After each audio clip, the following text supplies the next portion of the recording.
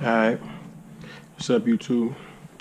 I've been requested to do a video on my FPV rig. I actually put this together literally with just spare parts. This used to be my drag car. I mean, kind of still is. The chassis is built for drag racing. It's got, what is this? Don't have me lie. About 10,000 in the front, 50,000 in the back, and that's diff oil weighted. It's got a lock center diff. It's still got the stock center diff. I just super glued the hell out of it and then screwed it down real quick, and now it's blocked. Been like this for about 2 years, so I mean, it works. I have to do something about the front end, crashing too much. I can adjust that. I'm gonna get some knuckles, see if I can change the front end, put a Hobao front end on this, because Hobao and Afna is pretty much the same company, just the same, this new stuff. It's got the XO1 front struts on there. I got Hobao buggy front struts in the rear. That gives me the nice little drop. So it's dropped like a GT car without adjusting the droop screws. I mean, I gotta redo the shock oil. Like I said, it's been sitting for 2 years. But car hooks. When the car hooks, it goes straight. A lot of people who know me, who know how I race, know my cars go straight. I take the time to make sure the alignment on them is good. But let's talk about what I came to see. Alright, this is the body I was running on there. Of course, you see I hacked this so in the video, so the camera comes up. To me, this looks badass. It looks crazy. Take that off. Get started. It's got the Castle Mamba 2, and I'm running my Armor Typhon 2050 kV motor on it with the Armor Typhon motor mount. That's the stock gear for the Afna. These are just miscellaneous parts that I had in the bin just to make all this work, because everything that was stocked with the Afna LX1 didn't fit, so I just parts binned everything, stuff. This is my Run Cam 3 that I'm running. I got it sitting on a servo because, believe it or not, I have this made it to where the camera can go left and right, where I get a better angle of where I'm driving to make sure no cars are going to come and run me over. It's running on the FlySky FS6. I got the two, gimbals on there. Lock this gimbal, open this gimbal so it rotates, both of them, so it can center. Because for the RC car, I don't need it like my other one where it just fixed up and down.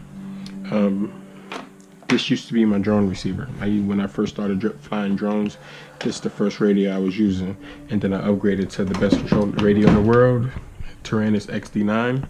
So I don't use this no more. This was just shit sitting on this shelf.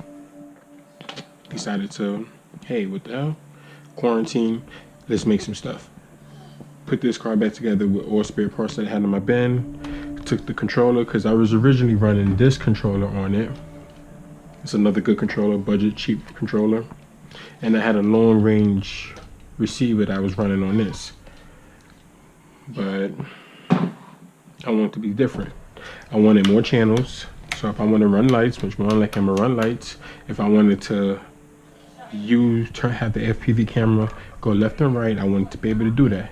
The next step is to mount one of these. This is one of my flight controllers that I run on my drones. Use this to do a bunch of stuff, lights, LEDs, motor readouts, see if I could program the ESC to this so it gives me a current draw, all the good stuff, it's experiment. That's all I do is experiment. So let's continue.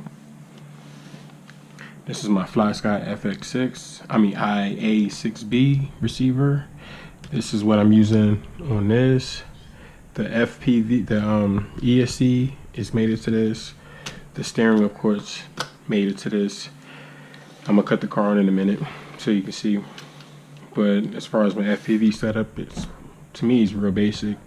I got my VTX mounted right up here, 600 milliwatt For now, I'm actually want to go up to 1200. The goal is to go up to 1200, so I can get even longer range. 600 is good, but after about 3/4 of a mile, I start getting breakup.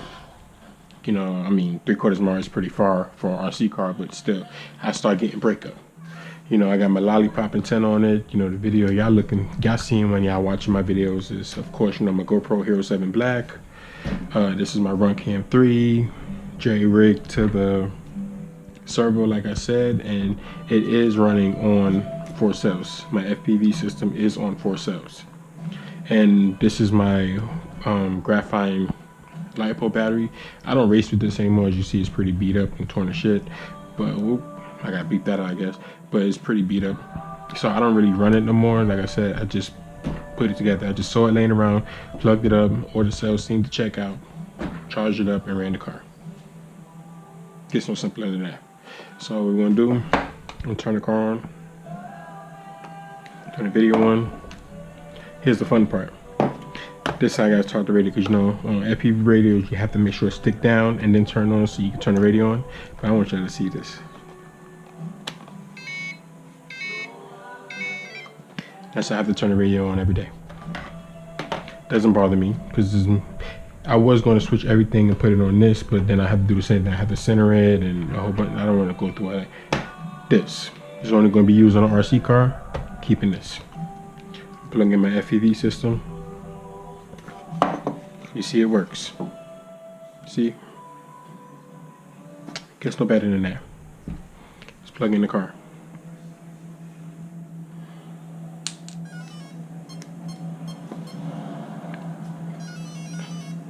Alright, the car is plugged in. So you can see that FPV system. Oops, my bad. See the FPV system. Hi YouTube. See me. Do it again. It's kind of twitchy, but I have the system mounted like this. For me, having it on the throttle works easy. It's better for me, because I can control the throttle and control it at the same time. To me, it's worth it. I originally had it on here, you know, going up and down, but it was just weird. So I just put it on my yaw trigger. And you see the wheels turn. Everything goes. You know, I wanted to get crazy with this at one point and put a servo here, servo here, and servo here, and put hydraulics. That was like one of my goals, but then I saw this is cooler. You know, this people get. I mean, I might still do the hydraulic thing. I got a whole bunch of servos sitting over there, so I might still do the whole hydraulic thing for the shocks. I don't know. It's cool to me. I don't know, but this is it. You see, everything works.